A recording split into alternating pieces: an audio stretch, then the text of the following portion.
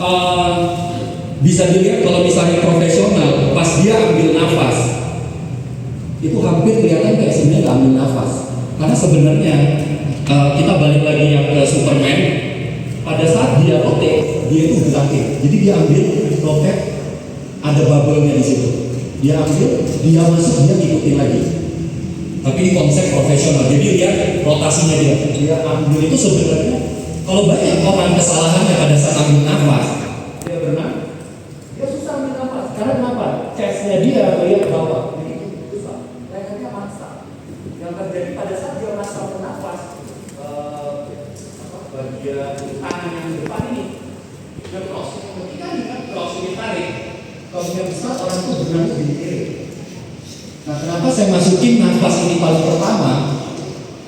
Karena banyak orang berenang sebenarnya salah, sebenarnya gara-gara nafasnya. Tapi banyak beberapa coach, tangannya salah nge-cross. Bisa jadi sebenarnya bukan tangannya nge-cross, nggak pakai rotasinya. Jadi kalau sebenarnya nggak ada effort yang mau nafas sebenarnya. Kayak saya dipanggil, saya nggak kasih kepala, dipanggil orang sana. Yang saya gerakin sebenarnya chest saya. Jadi banyak orang berenang di anak-anak terutama mau nafas, dia maksa ini, otomatis masih kulit.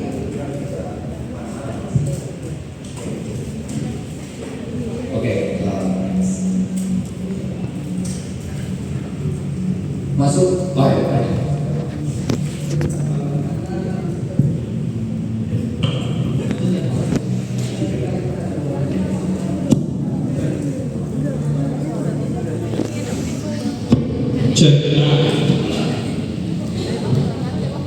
Jadi begini Gus, karena kita ini adalah pelatih. Dia oke, nanti kita masuk ke arah body position. Terus yang kedua, dia nggak effort untuk floating, ngapung.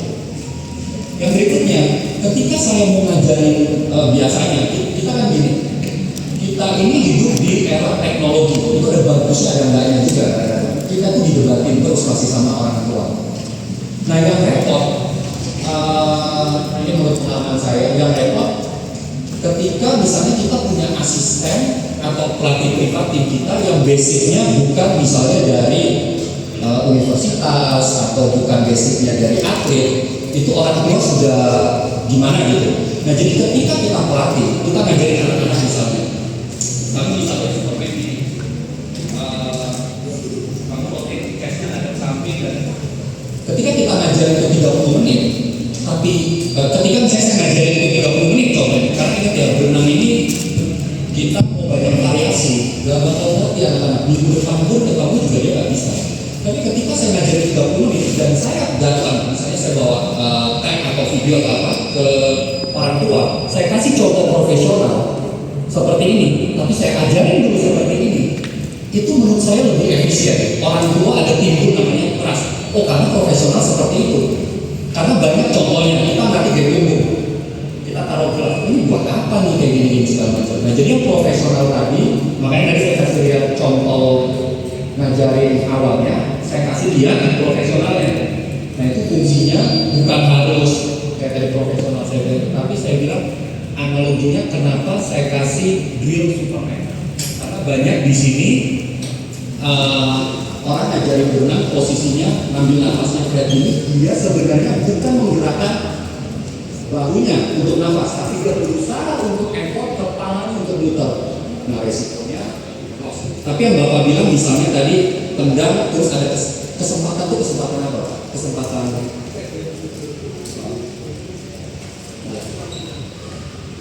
ambil nafas sambil pulih Pak. Oke, nggak ada masalah sebenarnya. Selama kembali lagi saya bilang basic awal, pada saat dia pulih, dia menggerakkan dia punya rotasi, dia punya cek. Tapi yang saya bilang kembali lagi, kita dia punya nafas tapi dia akan menggerakkan takutnya namanya apa? Ini air, bukan dari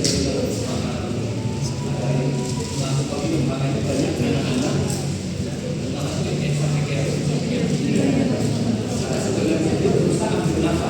kita berusaha untuk rotate dia punya badan yang keras.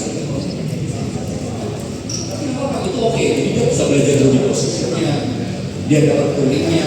Tapi menurut saya ketika kita fokus benar-benar baru Pak, makanya tadi saya ngomong kan contohnya 3 tahun, 4 tahun, atau anggap aja nih Mas sudah SMP tapi nggak bisa berenang sama sekali.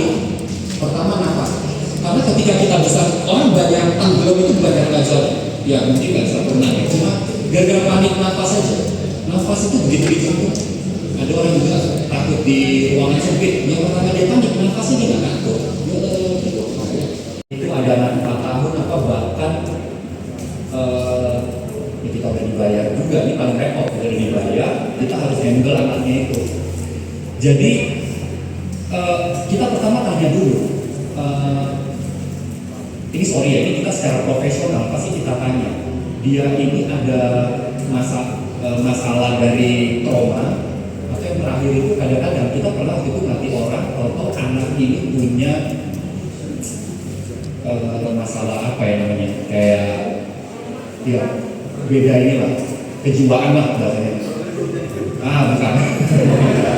Nah itu dulu, kalau itu nggak ada masalah untuk dia trauma. Kalau saran saya pribadi ya, pertama berenang ini sebenarnya untuk anak-anak itu bukan masalahnya dia bisa berenang dulu di awal, dia suka dulu sama berenang. Nah jadi pelatih kita yang biasanya kecil-kecil itu kita beli mainan. Kalau sebenarnya boleh di Decathlon itu ada. Jadi kita ajak dia itu bukan berenang dulu, main dulu, tapi menurut saya harus diolah dan cetek. Jadi dia ada percaya diri dari badan dia sendiri, ya kaki dia bisa jangan segini ya, kalau bisa segini terus ajak main. Nah contohnya kalau dia mau nyelam, kita tuh bikin kayak simpelnya poin aja lah, paling gampang poin, kita bawa poin. Tapi poin itu kalau bisa diwarna-warnain, suruh cepet-cepetan sama kita ambil poin. Tapi posisinya dia kalau bisa harus nyelam, poin itu susah. Jadi jangan dia pakai kaki terus dia gini. Kalau bisa dia nyelam, harus bisa melihat. Makanya pakai warna. Jadi kalau menurut saya pribadi, kita harus pertama jelasin dulu orang tuanya. Anak ini nggak mau kena air lah ya tadi bahasanya. Atau paling gampang itu mukanya itu nggak mau kena. Mukanya itu kalau kena air dia takut. Nah jadi kan PR kita gimana caranya dia mau nyemplungin muka dia sendiri, kecuali dia nggak mau mandi, nggak mau apa, itu sudah kita susah banget. Kita bikin dia. Jadi, nah tapi kita nggak mungkin tahu untuk kita nggak jelasin orang tuanya. Kalau kita nggak jelasin orang tuanya, dikira dia bayar kita buat ngajak main. Nah itu pentingnya kalau kita pelatih anak-anak nomor 1 itu bukan masalah siapa yang jago. Sebenarnya saya balik lagi pengalaman kita yang di European School itu ada satu anak ini pertama datang ke kita, dia ikut grup nggak bisa, takut, akhirnya dia minta dia bayar lebih untuk pelatih privat. Jadi sebenarnya kita tuh European School itu kita latih grup, ini mau privat. Terus ini namanya sekolah international school ya, jadi dia punya request, dia mau pelatihnya perempuan dan dia mau warna kulitnya beda, ini kayak gitu. Tapi saya bilang ke dia, saya cuma punya satu orang kepercayaannya kita, itu cowok. Lu coba dulu, maksudnya dia coba dulu. Kalau misalnya nggak cocok, saya ganti. Tapi ini pelatih saya terbaik untuk sektor learn to swim. Itu saya ngomong ke pelatih saya. Kebetulan orang Indonesia juga. Singkat cerita, akhirnya cocok dan berani dan mau masuk grup. Nah jadi poin utama di sini, ini kalau kita ngelatih learn to swim, itu bukan masalah siapa juara SEA Games siapa enggak. Gimana kalian bisa servis ke orang tua dan anak, komunikasi. Kalau kalian nggak bisa servis di bagian situ, mau kamu nantang pelatih Olimpik pun gak bakal jalan. Anak kecil dia bukan cari untuk interval, teknik yang jago yang apa, dia nggak cari itu. Pasarnya beda. Makanya banyak anak, tapi ketika nanti sudah jago, kemudian bisa start, dan kalian tidak mau menambah knowledge-nya dan lain-lain, pasti dia pindah juga. Tapi anak-anak itu, anggap ya orang tua, wah aku mau ini orang, contohnya, lebih jago menurut orang tua. Anaknya nggak mau, dia nggak bakal pindah. Nah jadi komunikasi terus. Itu nggak mungkin dalam 1-2 hari menurut saya, atau 1-2 kali pertemuan. Yang penting kamu bangun trustnya dulu sama anaknya, ajak main sih. Kalau menurut saya, sama jangan di dalam. Di dalam itu dia nangis-nangis nggak bakal menyembuh sih menurut saya. Jadi kamu harus pilih kolamnya, kamu kasih alasannya. Orang tua menurut kamu kasih profesional juga. Jadi, itu menurut pendapat saya. Jadi datang itu sudah mau mainan aja. Jadi dia tahu datang ke kolam itu bukan mau belajar berenang, mau main. Tapi kamu jelasin orang tuanya, karena dia nggak mau ini, nyemplung kepalanya. Jadi saya ajak main supaya kepalanya menyemplung gitu ya sih. Saya rasa oke. Banyak pemula itu misalnya dia ke sport station lah atau ke kantor apa, dia masih kecil, dia beli kickboard itu gede. Kita lihat pasti kickboard gede. Sebenarnya bisa jadi kickboard itu buat profesional yang badannya gede sehingga dipesan atau apa itu nggak bakal improve. Nah tapi bagi pelatih, pokoknya biasa kickboard, dia belilah kickboard gede. Terus anak kecil pegangnya di belakang sini. Nah ketika dia pegang belakang sini, apa yang terjadi? Boardnya ketika boardnya kayak gini, jadi benar posisi badannya itu nggak benar. Akhirnya nanti yang dibilang kakinya nggak cepat bisa. Sebenarnya nggak beratnya terlalu banyak. Karena dia berhenti. Nah rata-rata juga dia mau santai dia begini. Dia pegang gini, anaknya kecil ya bisa bilang ya boardnya gede banget. Jadi pada saat dia pegang depan, boardnya itu sampai posisi badannya itu jadi kayak gini. Akhirnya break juga. Jadi saran saya ketika dia pakai kickboard, kita juga, nah ini yang berbeda ketika kalian melatih, ini kalian sudah ambil sertifikat dan kalian sama orang yang belum ambil sertifikat, kalian mengedukasi alat itu juga nilai plus buat ya kalian sendiri. Jadi bilang beli boardnya misalnya kayak gini, nah, terus pegangnya kalau bisa itu samping aja. Jadi ketika dia kick, kita harus jaga body positionnya dia. Itu kick ya, jadi dia lebih oke lah, lebih maju gitu. Dengan effortnya dia, itu majunya cepat, gak ada belakang. Terus pakai fits, ketika kita sudah lihat tekniknya oke, pakai fits. Nah terus ini streamline kick. Ini tadi sama yang kayak bapaknya bilang. Tapi ini fokus kick. Jadi kalau streamline, kalau bisa ya kita ajarin posisi ngelok. Ini harus kejepit. Jadi ngelok, kejepit, terus kick. Nah misalnya dia mampu cuma dia mampu cuma 5 meter, tidak apa-apa. Stopping, ketika dia pull, dia harus jalani dengan teknik yang benar lagi. Jadi jangan sampai kita kalau belajar teknik anak, jangan sampai kita itu mentoleransi dia kick. Kita fokusin streamline kick, body positionnya misalnya dia kick. Terus dia maksain 20 meter, melebar, nggak jelas tangannya gini apa-apa. Kalau bisa jangan ditoleransi, kita stopping harus benar kan. Jadi biar itu jadi habitnya dia. Kalau mereka kan nggak kita suruh untuk masuk interval atau apa, nggak ada. Jadi teknik nomor 1. Kan kita dibayar privat untuk benerin tekniknya mereka. Nah, ini posisi kaki, ini contoh juga.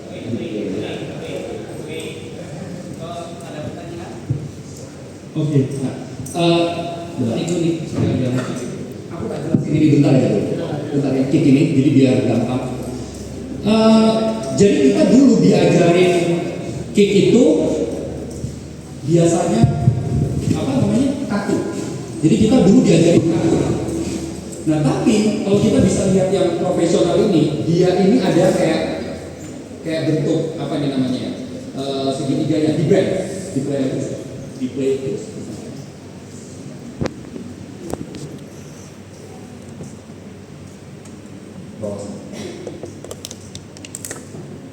Ya,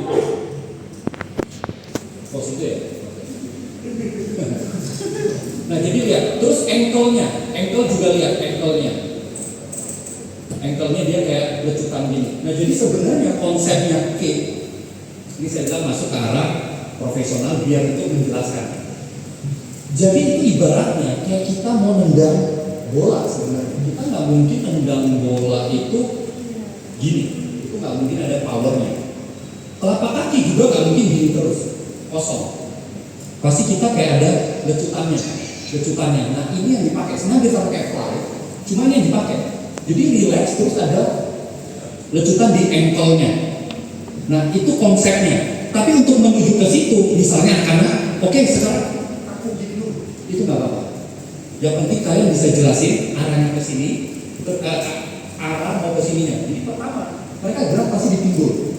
Jadi kita pecah dulu. Oke, gerak misalnya di pinggul sini. Nah baru ke depan dia gitu. Tapi jangan sampai gini ya. Ini nggak ada orang tentang bola kayak gini, nggak bisa. Nah ini jadi gini. Habis itu gerak di ankle-nya. Jadi sebenarnya ada koordinasi dari hipsnya kita, terus lutut, terus ankle kayak gitu. Nah cuma saya juga pernah dapat case anak-anak.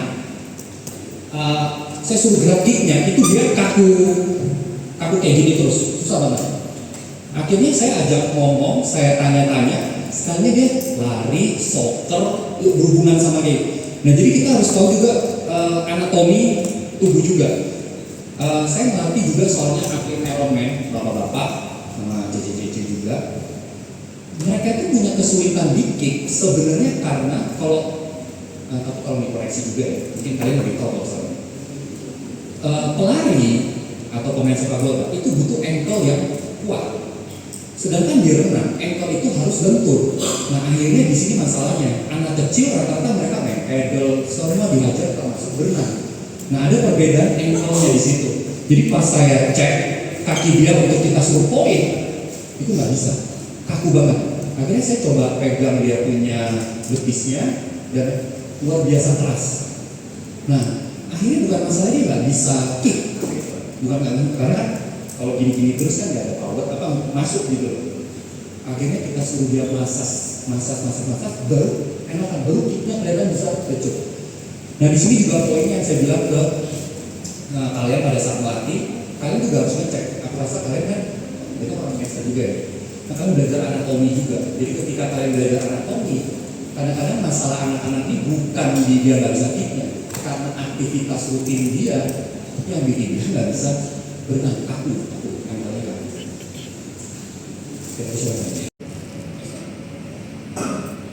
Nah ini sama kayak sebelumnya, ini saya ini aja. Jadi yang Superman Kick.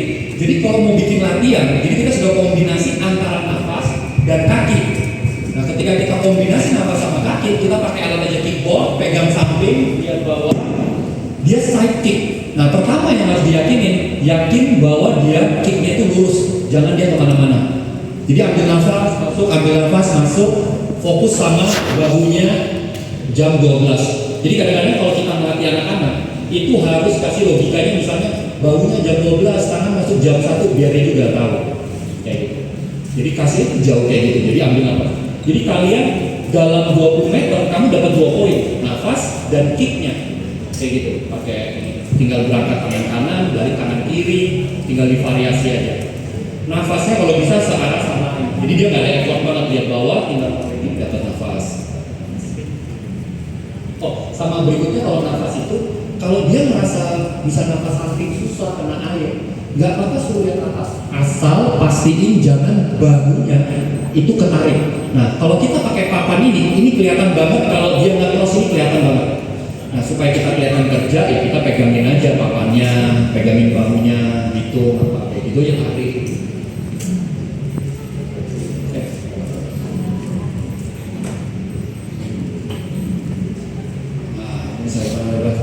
Ini sama sih kayak tadi, tanpa mengangkat kepala. Ini jadi pakai fins. Tapi kembali lagi ya, fins ini kalau bisa kalian juga harus ngerti alat. Fins itu yang zoomer, jadi yang kecil aja. Jangan kasih fins yang besar, pasti nanti gerakannya jadi kacau. Body position, oke. Nah ini tadi juga yang pernah bapaknya bilang body position. Jadi body position ini penting. Jadi anak-anak ini harus belajar dia bisa floating. Nah ini ada kendala sebenarnya, saya juga pernah ngalamin. Jadi anak-anak ini susah untuk streamline karena mereka itu bahunya dan lain-lain itu masalah. Nah jadi kalian sebelum misalnya ada masalah dia nggak streamline, kamu cek aja shouldernya atau apa. Kalau misalnya kamu suruh masas, atau enggak kalian nanti yang dikira nggak bisa ngajarin anaknya streamline body position. Jadi itu bisa start dari tendang dinding sambil kick, pakai snorkel. Kalian fokus ke posisi kepala, posisi tangan. Ingat ya, kalau bisa tangan ditumpuk ini, banyak orang cuma kayak gini. Kita ditumpuk, terus kepala dikecil.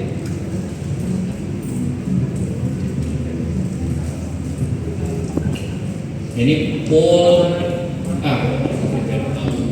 Oke, jadi gini. Kita pull, jadi masuk ke tarikan. Jadi kalau bisa,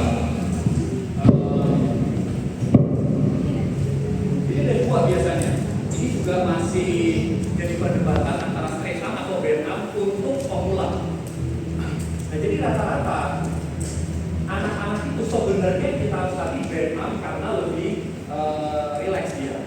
Tapi kendalanya pada saat kita latih band arm, misalnya dia bilang namanya single arm dulu lah. Dia masuk, rata-rata pas dia masuk itu nggak tahu gimana, random. Nah, masalahnya pada saat dia masuknya bisa ke sini, dia tarik dia bisa ke sana. Misalnya dia berenang, dia terlalu nge-cross ini, dia tarik bisa ke sana. Nah jadi nggak ada salahnya pertama kita ngomong dia berenang, kita pegangin jatuh. Anggap dia nggak bisa juga, anggap nggak bisa. Kita suruh dia masuk jam 12. Jadi saya punya saya pernah terima anak. Saya suruh masuk jam 12. Dia nggak bisa, dia ke sini terus. Akhirnya saya suruh coba masuk di jam 2, baru pas di sini. Tapi bukan berarti jam 2 nya benar, bukan berarti di sini. Karena kita suruh di sini, dia merasa di sini itu di sini. Jadi saya suruh masuknya di sini, akhirnya pas. Nah, terus yang kedua, kita bisa kasih dia straight up, tapi ini sebatas untuk drill. Jadi misalnya dia benar, supaya dia lurus, supaya apa? Jatuhnya nggak di sini, supaya jalannya di sini. Tapi bukan berarti nanti pada saat dia berenang full, dia straight up. Itu supaya dia bisa, karena kan nanti kalau lurus jatuh begini kan begini. Ya kayak gitu. Tapi untuk sprinter yang profesional, rata-rata mereka semua pakai straight up. Boleh dilihat pertandingan 50 meter, 100 meter, mereka rata-rata straight up. Nah, itu yang saya bilang, banyak orang tua, ini loh, YouTube begitu loh, YouTube begini. Nah ini, kalian kalau nggak punya pendirian, pasti nggak bisa. Akhirnya nggak bingung kan, karena nggak bisa jelasin. Straight up itu, katanya itu begini, bilang aja tuh tangannya segede apa, tangannya itu segede apa tangannya. Kalian bisa coba kayak gitu, dia sopan gitu.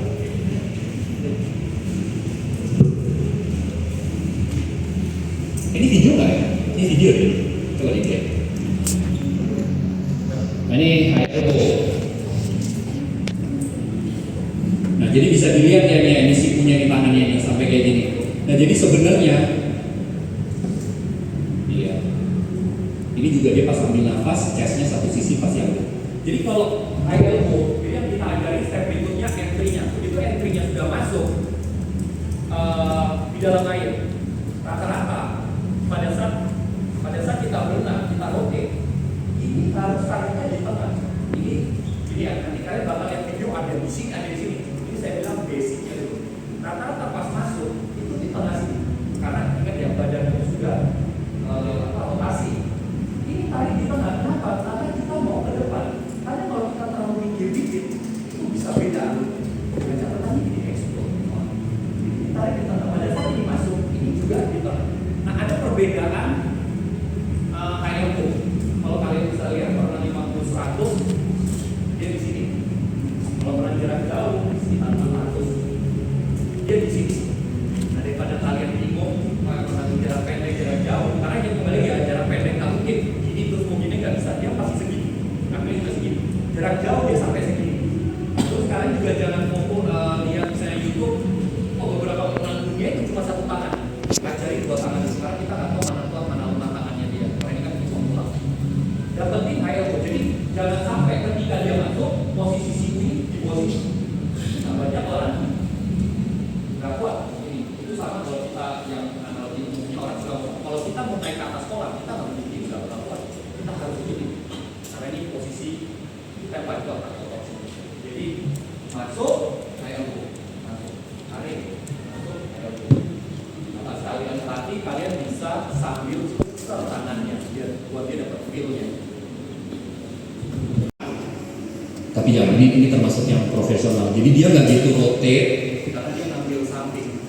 Tapi pas sampingnya dia langsung lurus.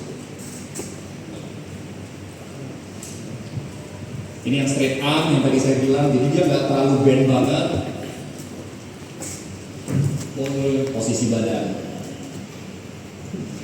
Oke, nah ini yang salah satu drillnya. Jadi ketika kita sudah nafas, tangan dan lain-lain posisi badan, kita harus sudah kombinasi. Karena berenang ini contohnya kita melatih tangan dia. Ada mungkin kalau misalnya kalian lihat murid gua tangannya kencang, kakinya kencang, begitu diadu pelan karena balap-balapan. Jadi kalau bisa, yang pertama ini bisa di play. Bisa diplay.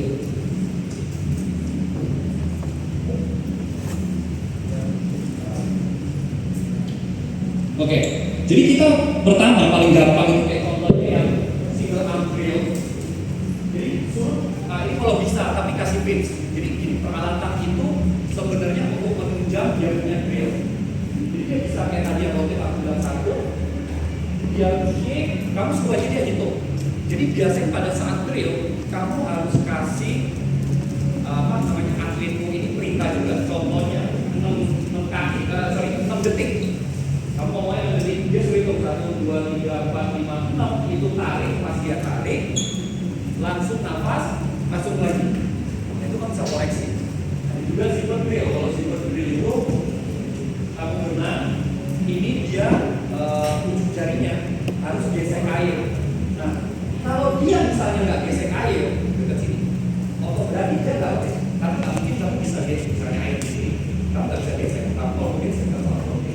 Kalau misalnya segini kita belum, jadi berarti kamu nggak mungkin. Simpelnya gitu. Dan drill ini rata-rata nggak bisa berjalan kalau kamu nggak pakai pins, agak susah. Karena dia masih tebel, kakinya masih tebel. Kayak gitu.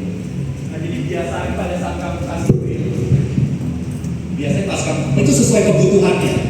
Contohnya aku tahu misalnya atletku yang privat sama aku, dia punya masalah sama nafas. Aku bisa kasih single arm. Aku melihat nafasnya gimana. Anggap aja dia masalah sama pulling, tetap bisa aku juga kasih single arm. Aku lihat masalahnya gimana. Kayak gitu. Jadi sebenarnya satu drill ini manfaatnya banyak untuk kamu koreksi anak-anak. Jadi bukan berarti kadang orang tua bilang, anak gue dikasih single arm terus. Bukan itu poinnya. Poinnya kesalahan dia, gimana cara memperbaikinya, yaitu dengan drill. Oke, nah sesekali juga kami bawa kamera buat rekam. Bisa juga dipakai snorkel ya. Jadi snorkel juga bisa. Udah masuk breakthrough. Ini yang soal freestyle, dia mau tanya nggak? Ini freestyle agak banyak, breakthrough sama fly. Dia bisa masuk ke jam 1. Jadi ketika dia masuk jam 1, entry, ini langsung tarik. Nah ini bayangin di telapak tangan kita ada bola. Bola yang mau kita lempar ke arah belakang kita. Kebanyakan orang salah demo, kenapa dia pilih? Karena begitu dia masuk, dia lurus. Ketika dia lurus, itu langsung nyambung. Soalnya nyambung ke arah sini. Terus ini lagi tarik, nyambung lagi ke sana. Tapi kita berenangnya nggak lurus. Jadi ini paling enak gini sih sebenarnya. Kalau kita nanti privat misalnya, kamu suruh anaknya naik. Contoh aja. Jadi kamu bisa suruh dia misalnya jadi gampang suruh dia masuk ke entry aku di sini. Ini kamu tarik ke sana. Dia ke sana pelan-pelan. Dan dia harus gini. Nggak masalah kamu suruh itu. Terus lagi. Oke, terus masuk. Satu tangan ke sini. Nah, bayangin ada bola dorong. Ini posisi kuat. Coba lurus sini. Kita nggak tahu juga yang sakit sendinya. Tapi ketika kita pakai sini, kita pakai di depan sini. Jadi itu beda power. Jadi beda bola. Akan lumayan. Kamu panggil anaknya naik ke atas berenang sudah habis 45 menit. Tapi kalau selesai 1 jam. Jadi kamu jelasin itu aja. Jadi rotasi ini ya paling gampang suruh dia posisi P.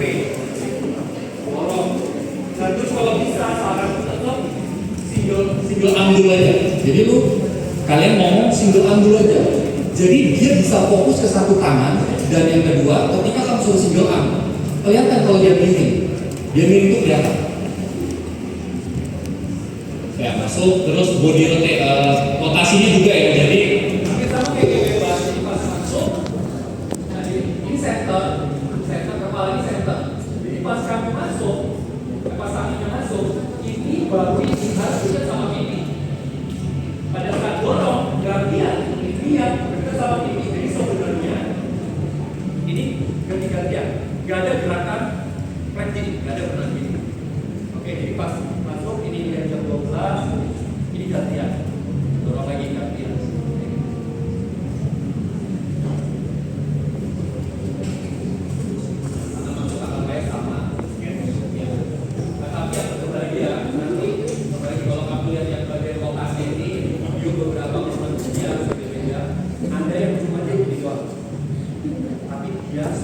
di tangannya segede kepala kita. Kalau anak dapetin dulu lokasinya, filmnya. Nah, boleh di-play.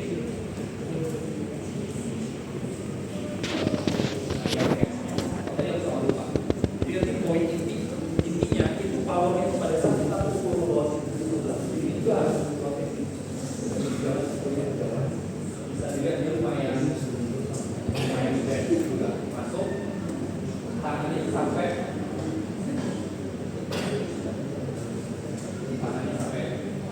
kayak mau nangkep uang.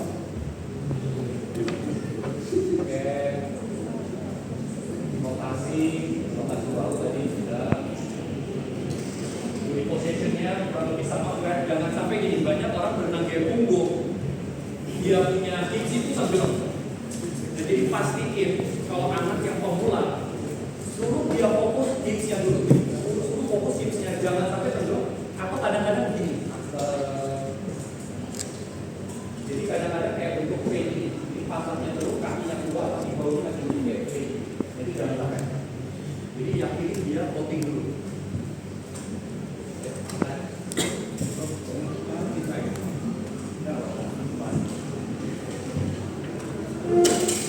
Bapak posisi badan, data permukaannya, oke. Jadi kan ya, chest juga harus keluar. Jangan sampai drop. Tapi kembali, ada perenang dunia di Jepang, dia juga berenang gini badannya drop. Tapi kakinya kayak speedboat. Jadi yang bilang ini basic kembali ya, ada pertanyaan kayak gini muncul ketika kita melatih. Kalau kita melatih master, video terus karena videonya nggak benar. Jadi kita punya basicnya dulu untuk bilangnya. Jadi kayak posisi badan kayak gini. Tapi beberapa penangnya itu ada di dada terus, kicknya kenceng banget. Nah, jadi ketika mesin belakang dia kuat, dia bisa potong air. Pertanyaannya, kaki kita sekencang dia kok nggak di kita floating?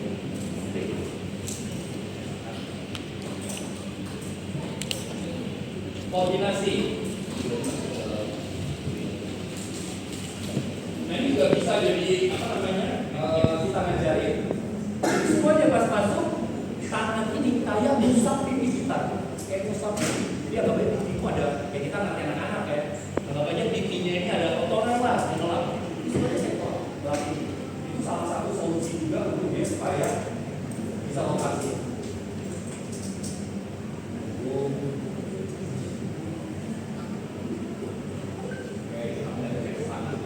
Terus paling penting satu ya, yang aku bilang sektor nggak boleh berada. Jarak pernah kepalanya gede-gede, jadi kepalanya harus jaga terus. Ini yang menjaga kita tetap di lurus. Kadang-kadang kalau kita terlalu gini kebanyakan anak ini. Nah itu kalau bisa kepala tetap dijaga posisinya lurus.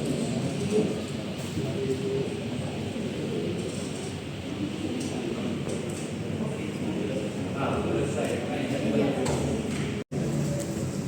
Jadi akhirnya kita cuma pernah di sini doang, itu nggak bisa. Terus berikutnya posisi kaki. Posisi kaki itu banyak dari perenang gaya dada. Itu kita jadi lututnya itu ke arah samping. Itu nggak boleh sebenarnya. Karena kalau kita bisa ke arah samping, kita mau buka itu nanti lutut itu yang kerja. Tapi bukan berarti kita nggak pakai lutut, pakai juga. Tapi ini lebih banyak ke sini. Tapi kalau kita coba misalnya selebar dari sini, kita buka selebar bahu, ini yang harus ya harus ke arah bokong, baru tutup. Nah itu benar. Nah itu kita harus pecah hitungannya. Jadi satu, ya dan ini konsepnya juga. Nafas. Nah nafasnya itu, jadi banyak gaya dada kita itu fokus pada saat kita ambil kita pulling untuk ambil nafas. Sebenarnya salah, makanya banyak orang gaya dada dia pulling itu bukan buat ke depan, dia pulling untuk ke atas supaya dapat nafas. Itu nggak bisa. Sebenarnya kita tarik ke depan sambil ambil nafas. Jadi ini saya mau kasih konsep-konsepnya dulu gaya dada. Jadi jangan sampai kita berenang gaya dada pulling itu kita tarik ke bawah. Banyak kan kalau misalnya anak-anak atau apa, itu dia ke bawah dia supaya dia bisa dapat nafas. Itu sebenarnya nggak perlu.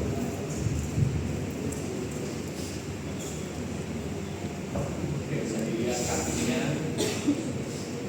lihat lututnya dia nggak terlalu buka sampai gede. Ini yang muter. Jadi posisi ankle ini perannya penting. Jadi pas tarik ini, ankle dia yang kayak nabok gitu, langsung poin. Jadi posisi sini langsung poin.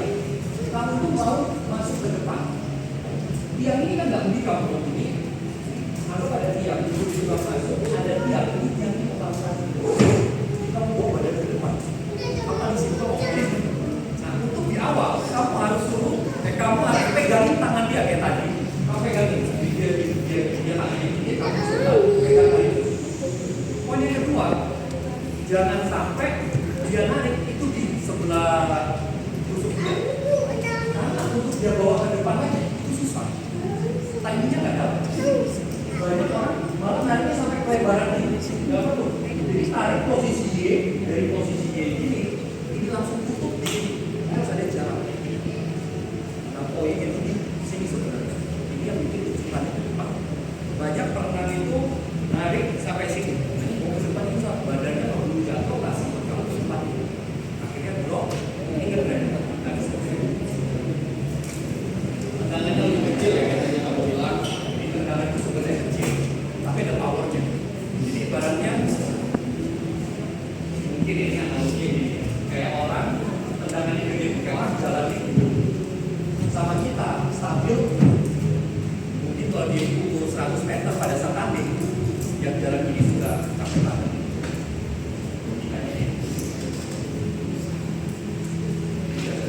Waktu ambil nafasnya nggak sebelum tadi yang aku bilang reaksi pertama efisiensinya bagus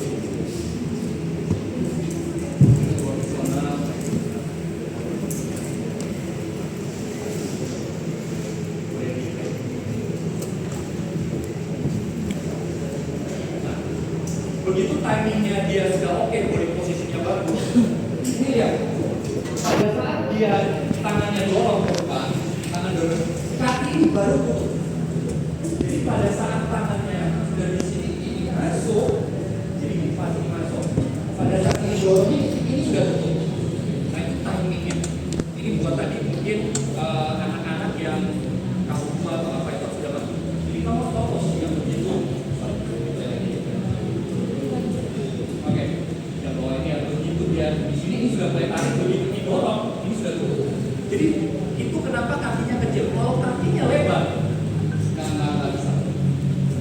Dia tarik, ini sudah di sini didorong, ini langsung tarik, langsung tendang pada saat dia posisi tangan itu.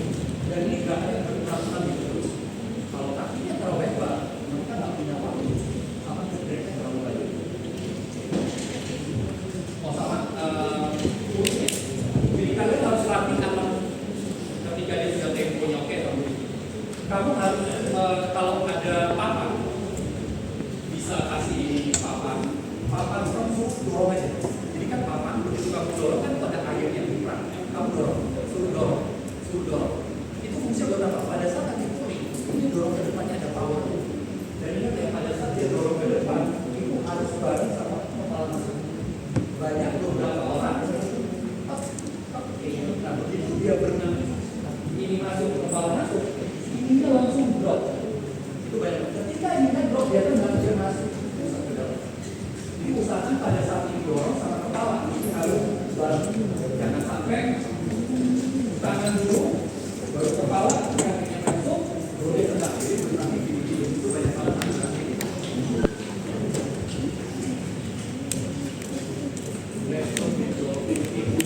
salah satu realnya. Jadi real dia yang pertama.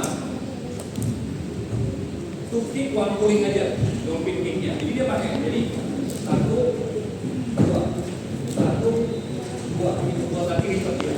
Fokusnya pertama returnnya, kedua maksudnya jangan sampai dia malah begini. Jadi usahakan. Jadi bisa suruh jempolnya ini pasang. Kamu suruh jempol harus kelihatan. Jadi jangan sampai begitu dia jempolnya masuk berarti dia pasang.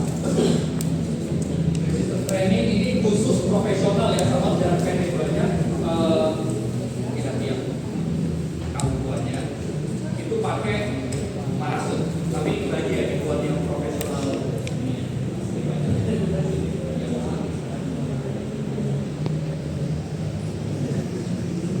Mungkin tadi aku bilang kesalahannya banyak tarik sampai belakang kayak gini. Yang juga itu terlalu lebar tadi yang saya bilangin. Ini terlalu lebar banget itu. Oh ya, kita buka juga pertanyaan. Tadi kan aku bilang sampai dada, banyak kendalanya di anak-anak itu, termasuk yang saya terima juga. Itu dia tarik itu di perut. Ini gimana mau ngomong ke depan? Susah banget. Itu kalau kamu tarik sampai banyak ke perut, dia fokus nafas. Nah kalau dia ngomong ke depan, ini susah banget. Akhirnya dia itu bakal capek sekali karena resistennya banyak.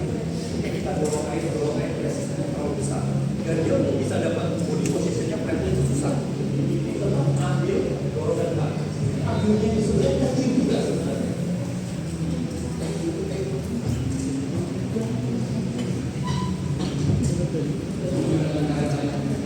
Oh ya, jadi salah satu solusi juga untuk kaki kalau biasa lebar.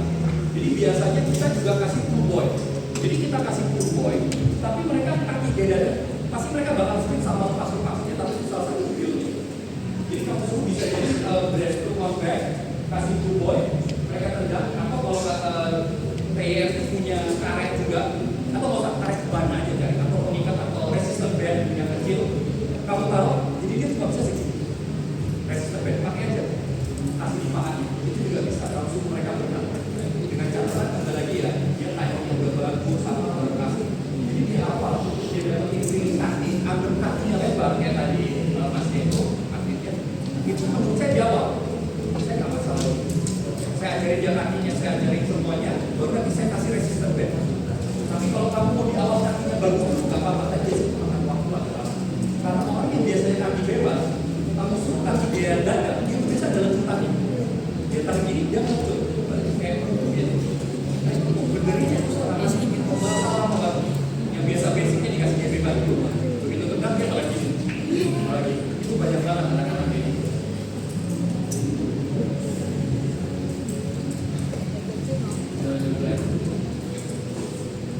Jadi sama sih kamu, kayak mungkin yang tadi bilang ya, buat ngangkat.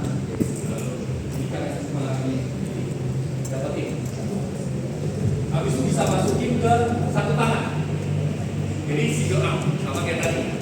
Jadi fokus ke tembok. Rule-nya dulu ya. Rule-nya kayak buku itu 2 kaki 1 tangan. 2 kaki 1 tangan. Banyak orang kakinya kebanyakan, tapi rule-nya 2 kaki 1 tangan. Jadi kalau single arm, kamu sama kasih jadi kalau aku lebih suka 1 begitu masuk 1 lagi. Sementara aku single arm, aku juga lebih suka di awal ya untuk beginner ya. Nafas samping aja dulu. Karena ini agak susah untuk nafas yang depan. Walaupun dulunya nafasnya yang depan. Jadi kamu ada poin paling penting pada saat second kick itu harus bareng sama pulling tangan. Kenapa? Karena nanti pada saat berenang dia itu nggak kuat kalau cuma tangan doang. Dia harus dapat bantuan tangan sama kaki untuk bisa terbang ke depan kayak gitu. Jadi kalau sampai dia nggak ngangkat pasti anak-anak kita. Jadi itu banyak kesalahannya orang aja kayak gitu. Tangan sama kaki itu bisa. Makanya saya bilang ini tempo paling penting. Jadi pada saat jadi sama kasih doa. Tuh, pas dia mau masuk ini harus sudah first kick lagi. Second kick, first kick, second kick. Tempo itu memang dijaga. Dan tangan harus ikuti irama kaki. Nah banyak orang kaki ikuti irama tangan nggak bisa. Jadi kayak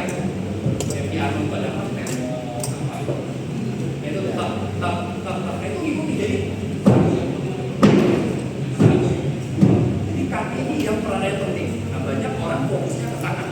Nah, kaki yang nanti tengkuk jadi dua. Tapi ininya kayak gitu. Udah masuk ke arah real. Dua kanan. Satu,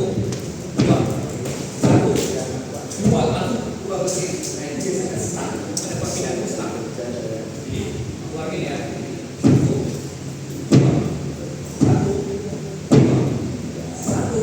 Dua itu langsung ke sini. 1, 2, 4. Jadi dia harus bilang peranan pentingnya tangan harus ikuti irama kaki. Tangan harus ikuti irama kaki.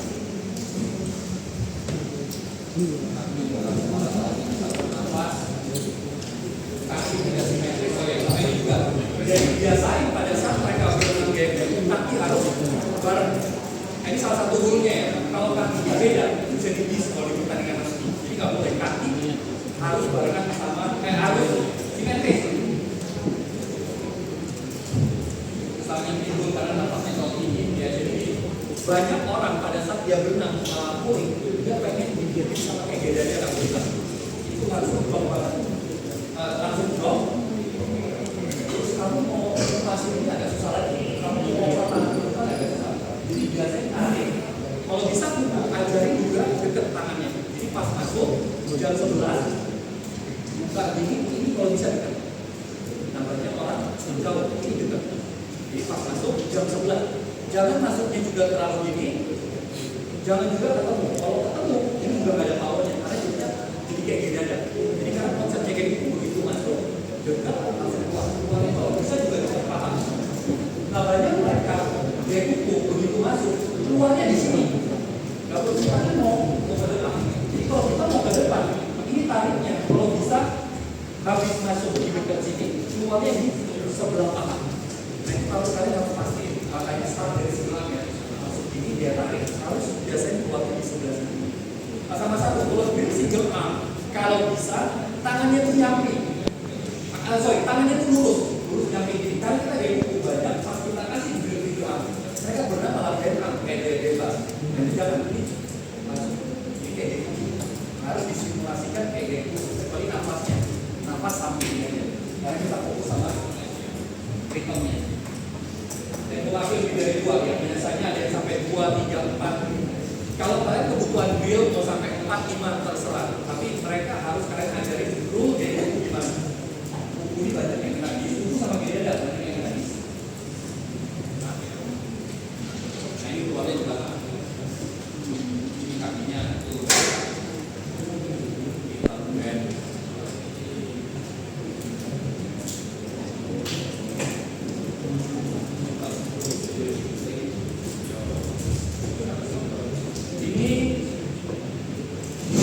Ini kamu bisa lihat dia juga dekat. Ini depan ya, cuma kamu lihat aja tangannya dia konsepnya, kamu ajarin juga di sini. Jadi banyak orang, ada pernah punya yang memang begitu masuk langsung tarik. Lalu beri soal aplikasi namanya. Nah, tapi close ya. Tapi dia bisa kayak gitu. Kaki dia itu kencang sama dia apa ya namanya? Pernah 200. Dia benar-benar bisa cepat banget itu. Tapi itu cuma 1 orang doang yang boleh kayak gitu. Selebihnya kalau kamu lihat rata-rata, hampir ketemu semua. Nanti bisa lihat. Kalau boleh diulang lagi ikut.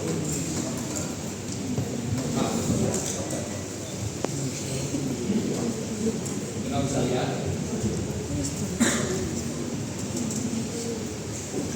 Ini juga. Kamu lihat juga. Kamu lihat temponya juga. Pada saat dia tarik ini itu bareng sama kicknya. Kamu lihat. Ini dekat banget ini dia. Jadi ajarin dekat. Tapi jangan sampai ketemu juga ya. Dekat sini baru buang ke sini. Itu temponya lebih oke sama lebih powerful. Kamu lihat dia pasang water juga. Kamu lihat tricksnya dia selalu di atas juga posisinya. Ini dekat. Masuk dari sini langsung buka. Uang sama. Sebenarnya juga perlu bersama. Terus ini juga cuma saran kamu. Biasanya banyak pas masuk ya bisa kepala dulu. Kadang juga tangan duluan baru kepala. Nah, kalau sama kayak gede atau kayak kalau tangan masuk duluan baru kepala biasanya itu langsung blok. Jadi kalian perhatiin, kalau bisa ajarin barengan aja. Atau misalnya paparan dulu masuk ini dulu, ini juga nggak enak kasih kemudian mobilitinya nggak bagus, itu juga masalah. Dan kalian ketika kalian lihat drill di YouTube, kalian pastiin karena kalian mobilitinya bagus banget. Karena itu berhubungan sama mobil itu. Saya tahu sih, kamu lebih bisa bilang. Nah banyak orang shouldernya itu terkunci, bukan dia bebas terus. Untuk kita mau ngangkat kayak sifat ini aja itu nggak gampang. Nah kalau kita maksain misalnya anak kita juga naik terlalu tinggi, itu malah dia nggak bakal ada tertawa, malah tenggelam juga. Kalau biasanya pas dengan dia cashnya juga masuk, cashnya masuk ini. Nah ini saya kasih ya, ini susah saya coba masukin.